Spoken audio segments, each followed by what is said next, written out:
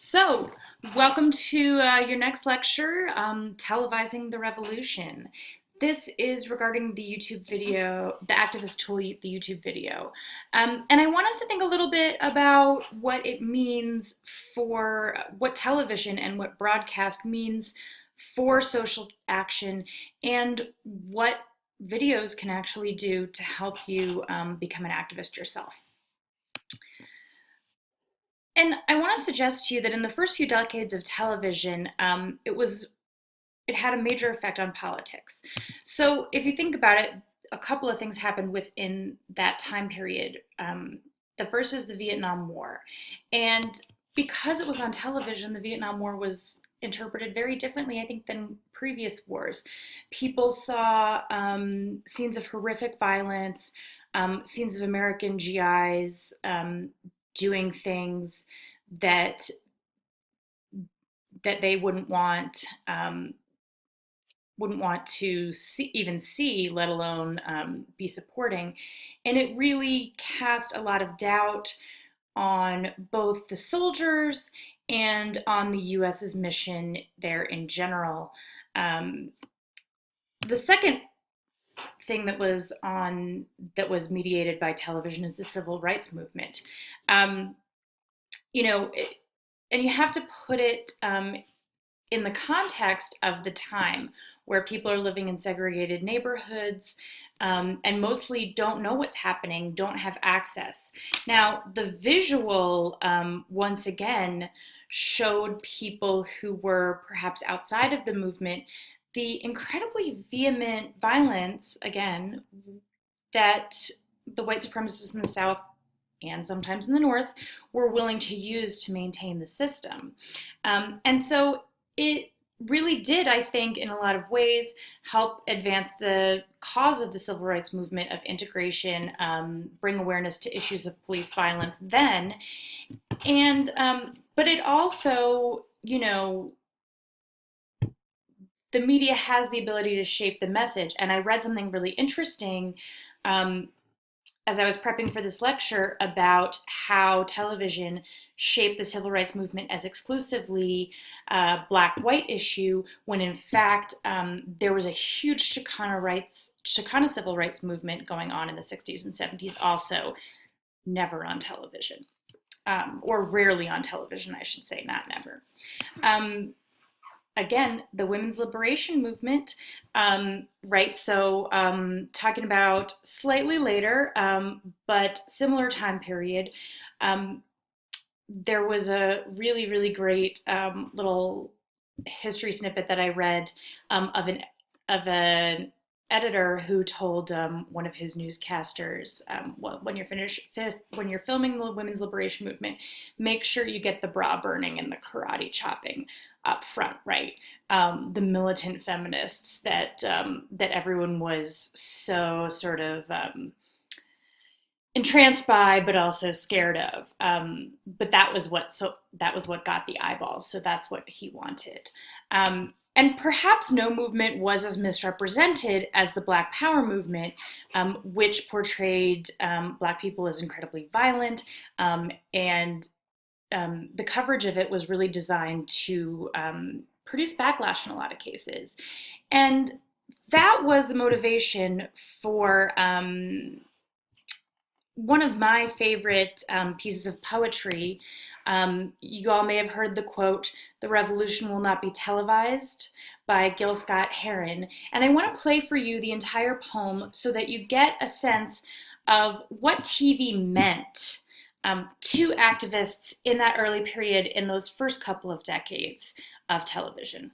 Take a look.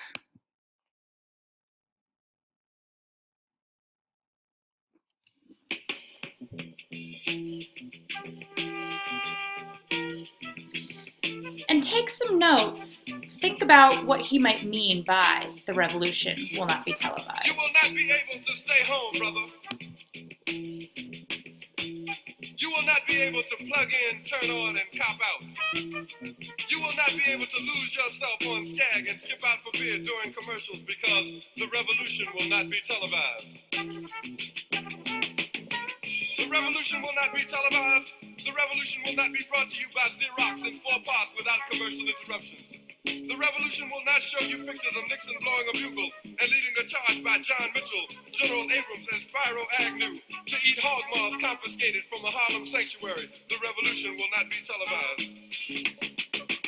The revolution will not be brought to you by the Schaefer Award Theater and will not star Natalie Woods and Steve McQueen or Bullwinkle and Julia. The revolution will not give your mouth sex appeal. The revolution will not get rid of the nubs. The revolution will not make you look 5 pounds thinner because the revolution will not be televised, brother.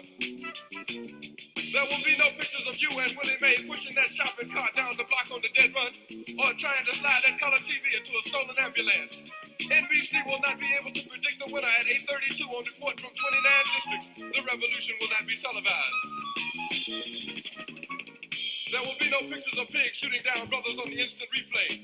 There will be no pictures of pigs shooting down brothers on the instant replay. There will be no pictures of Whitney Young being run out of Harlem on the rail with a brand new process. There will be no slow motion or still lights of Roy Wilkins strolling through Watts in a red, black, and green liberation jumpsuit that he has been saving for just the proper occasion.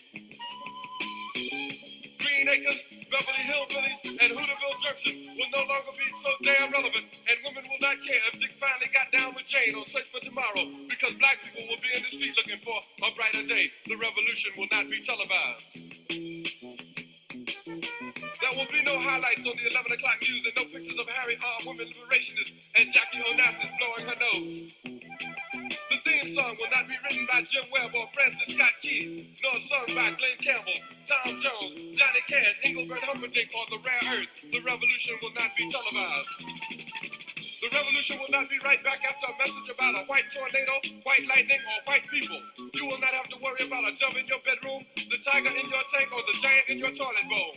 The revolution will not go better with Coke. The revolution will not fight germs that may cause bad breath. The revolution will put you in the driver's seat. The revolution will not be televised, will not be televised, will not be televised, will not be televised. The revolution will be no rerun, brothers. The revolution will be live.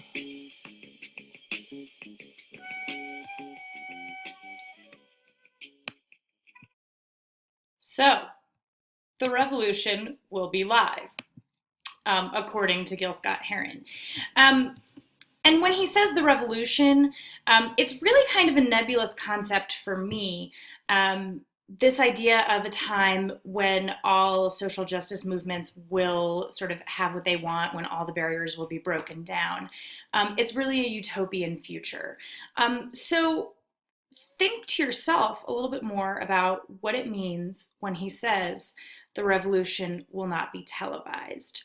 Because I think that the situation in 1971 is a lot different from the contemporary situation. We could now ask, instead of saying the revolution will not be televised, we could say, will the revolution be televised, right?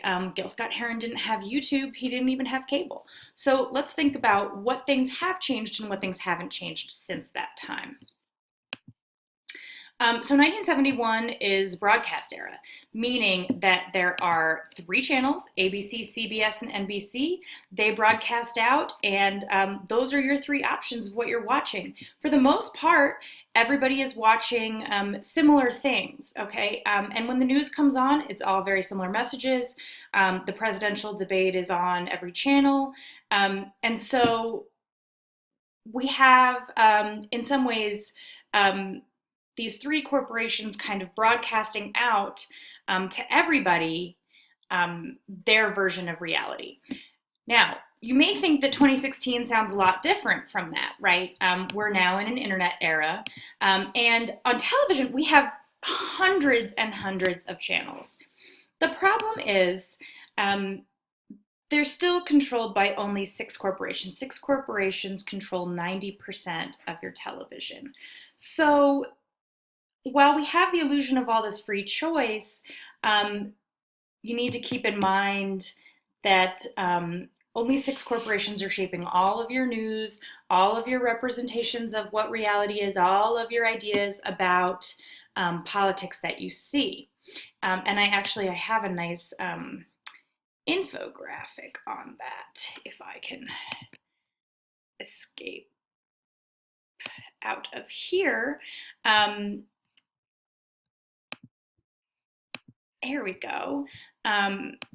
This is from Business Insider, and it calls it the illusion of choice, which I thought was interesting.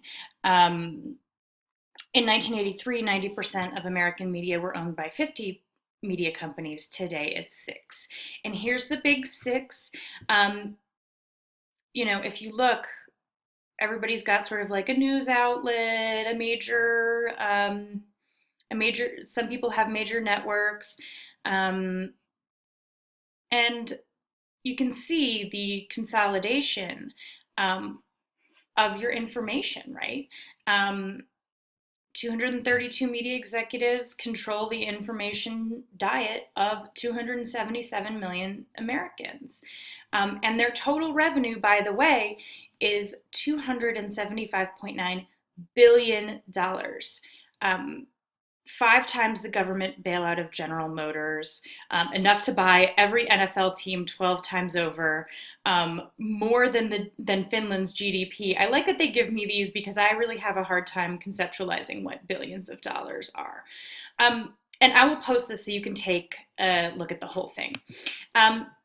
So it's very powerful and very cool that we have these new open source platforms like YouTube. So when I say open source, that means that anybody can upload anything that they want and make culture, which is really, really cool. And I think something that Gil Scott-Heron was not thinking about when he said that the revolution will not be televised. The revolution will probably not be televised on CNN, but maybe on YouTube, more likely, in my opinion. So, down to the brass tacks of making your YouTube videos.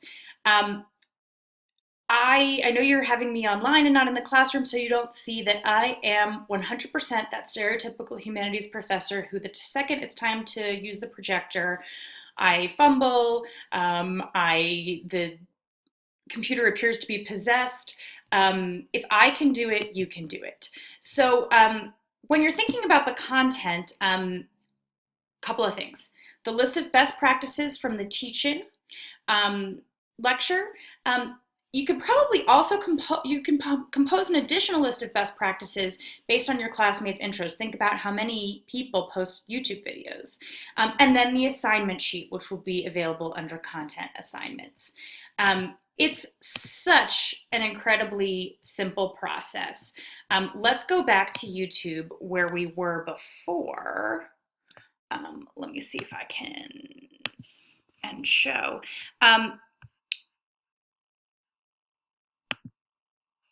And when you go on to YouTube, you'll see right here an upload button. Maybe you've never noticed it before. But this is where you can upload your videos. You literally just drag and drop once you've got a video file. You can select public, unlisted, or private. Now, everybody in the class needs to be able to see your video, so play around with the settings a little bit. Personally, my favorite is unlisted. You can also use a pseudonym, okay, if you want to post. But I think that maybe there's a chance that you might actually want people to see your YouTube video if you do a really good job and raise awareness about an important issue. Now, what can you do? How can you actually make this video? A lot of you are probably going to choose to do a video camera or even use your phone. That's fine. The technical quality of the video is an area where I will definitely be lax, as opposed to content where I will be, that's what I'll be looking at for grading. And if you don't have that, one of the things that I use is Screencast-O-Matic. Here's the website, screencast-o-matic.com. Very easy to install, and that allows you to do everything that you see me doing and take the video from your computer. The last thing that I'll do is set up a technical help chat room. So look for that in discussion boards and you can trade tips there. All right, I think I stayed under 15 minutes this time. See you all.